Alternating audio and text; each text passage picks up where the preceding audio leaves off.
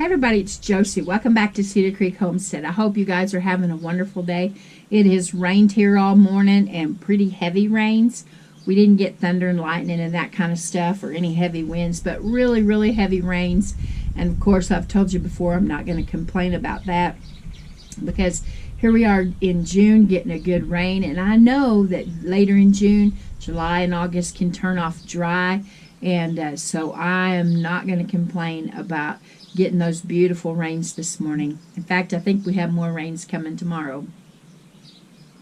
But while I was out here on the porch, I was looking off that way, and I was watching the storms come in, the rain showers come in, and I was noticing the clouds and how they were kind of layered. There was some way back that you could see. There's a hillside back over this way. Howie always called it a mountain, and I would get tickled at him because over in Arkansas, where I'm from, there are some big, big mountains. And he said, you go to the bottom of that and climb it and see if you don't think it's a mountain. So anyway, over here, this way, to the east, those rain clouds were coming in, and normally they come from the west or from the southwest. And I was watching them come in, and there were some way, way back, and there were some kind of in the middle, and there were some that was just right here at us, just getting ready to pour at any minute. And I got to thinking about how they were layered, and that took my mind to Bob Ross, the painter. And I'm sure some of you all probably watched his shows that he had on the public broadcasting channel for years and years, and it's on my station every night. And usually I try to watch it if I'm trying to unwind before I go to sleep. And sometimes it'll get to the very end where he's getting ready to put those last touches on there, those last brush strokes before he signs his name, and I end up going to sleep and not seeing the painting completed. But sometimes I do get to see it. And Howie and I used to watch it. We were always amazed and thinking, oh, that is just beautiful. He's painted that just perfectly. The sky, and whether he was painting a sunrise or a sunset, a cloudy day, a rainy day, snow. He was so good at all those landscape paintings. And we would be just enamored with what he had painted. And then he would usually say, let's put a happy little tree right here. And he would take that paintbrush and go right down it with black or one of those darker colors. And we were thinking, oh, he just messed the picture up. He painted right over what I thought was the prettiest part of the picture. Well, here's the deal. I'm not an artist. I can draw stick figures, and I've told you guys before that I'm a doodler. I can paint a chair blue or green or red, but if you said paint a scene, it's going to look like I was in kindergarten class painting it. If I try to draw a bird, it's usually like an M or something that I learned when I was in elementary school. I just am not a painter. But he had that gifting, and he knew what it took to draw the person's eye, to make them realize that it wasn't just a flat canvas. He added depth in there. He had that gifting that he could add depth and could draw the eye in there. And so what we don't realize when he was painting that happy little tree right there, what he was really doing was he was going to make your eye be drawn into that painting, where you wanted to go back behind that little tree and see what was there. You know, our lives can be a lot like that. We start out and we make big plans. I can remember the plans that Howie and I started out making when we were young and had gotten engaged and were going to get married. And we had a lifetime of things planned out. All of the things that we were going to do, all the things that we wanted to accomplish. And some of those things we achieved them. We wanted to farm. We wanted to have a family. Now, we wanted to have a big family, but for whatever reason, God said, we're giving you that boy. And that's what we had. And he's been precious and been a blessing to us. And I count myself fortunate to have him. Now, I have lots of nieces and nephews, and they're precious to me as well. And we count that as a blessing as well. But we had all kinds of things imagined. And if we would have had the talent and someone had said, okay, y'all are getting married, here's a big canvas, and we want you to start and paint your whole life out here on this canvas. Well, we would have been able to paint a whole lot of things. You might not been able to told what they were. You might have had to say, what is that, or what is that? Kind of like you have to do with your little kids come home from school sometimes, and they're so proud of that little picture, and you kind of have to hem and haw and try to figure out what in the world it is that they drew. And they can tell you they know exactly what it is. That probably would have been what you would have got with Howie and I painting a picture of our lives. But anyway, if they would have given us an opportunity to paint our life out, or you guys do the same thing with your lives, I imagine that it would have been filled with all kinds of things that we dreamed that we wanted to do. But it really would have been just a flat painting there.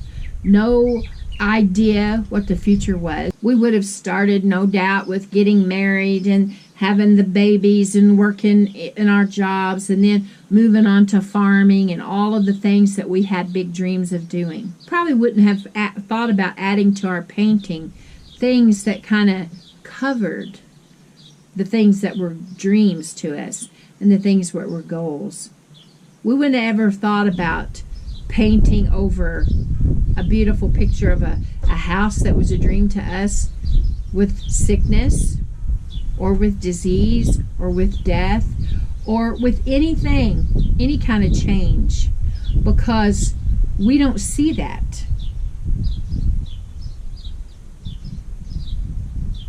Sometimes we're so afraid what's out there for us and the things that we've got planned, our dreams and our goals, to accept anything else getting in the way. Bob Ross and other artists know that when they paint those layers, they're drawing you in. Just like those storm clouds that I watched roll in this morning, those drew my attention, and I watched them from way off develop, and I was interested in it. And our lives develop like that. They don't stay flat, and they don't stay one-sided. There's life, and there's depth, and there's ripples, and there's all kinds of things that happen in our lives. There's waves, and there's teeny tiny little streams and things that can change throughout our lifetime. And we have to be willing to accept change. I have to admit that I'm not one of those that really like a lot of change. When I get something that I really like, that's the way I want it. But I have learned in this life that we must accept change if we continue to live, because change happens all the time. All change is not pleasant change. And sometimes some of the changes that people add to the canvas of your life, so to speak, aren't your favorite things that's on there. There might be smudges. There might be brushstrokes messed up. Not perfect. But if we allow the Lord to be the author and the finisher, what a masterpiece we will end up with. You know, I spent a lot of time throughout my life being afraid. I've always been a bashful person, have really wanted to be friends with people, but I was crippled by being bashful. I would sit there in church services or meetings at work, wanting to reach out to people, wanting to be friends with people, and I was so crippled by being bashful that I missed out on opportunities of getting to know other people and being able to witness to them or say something to them that might encourage them. I've wasted a lot of time being afraid. Now, I've painted myself into this little portrait, and I've hung a sign up over on the side saying, "Don't add any happy little trees. I want things just the way they are. This is what I see. This is what I want." We have to come to a place where we're honest with ourselves and realize that we don't see the big picture. Yes, there's all kinds of craziness going on. We need to be willing to let God be the painter. Let Him be the one that molds us and makes us. He's the one. He's the potter. We're the clay. Let's allow ourselves to be molded into what He really wants us to be. Now, we all have strengths and weaknesses. Sometimes we recognize those strengths. Sometimes we don't recognize those strengths. And the same with our weaknesses. We recognize that we have weaknesses. I recognized that I was bashful and that I wasn't going to put myself out there until a lot of work happened in my life to where I'm a lot better now. And perhaps that comes with age some. Perhaps it came with necessity. Howie was I depended on my Howie a lot. He was a talker, and he did most of the talking when we were in places that I felt like I wanted to draw back. I knew that I could depend on him. But out of necessity, after he went on to be with the Lord, I found myself traveling a different road, and the painting has changed just a little bit. Because I never did I guess the part of the portrait where, or the part of the painting where sickness and disease would come at such an early age. But it happened.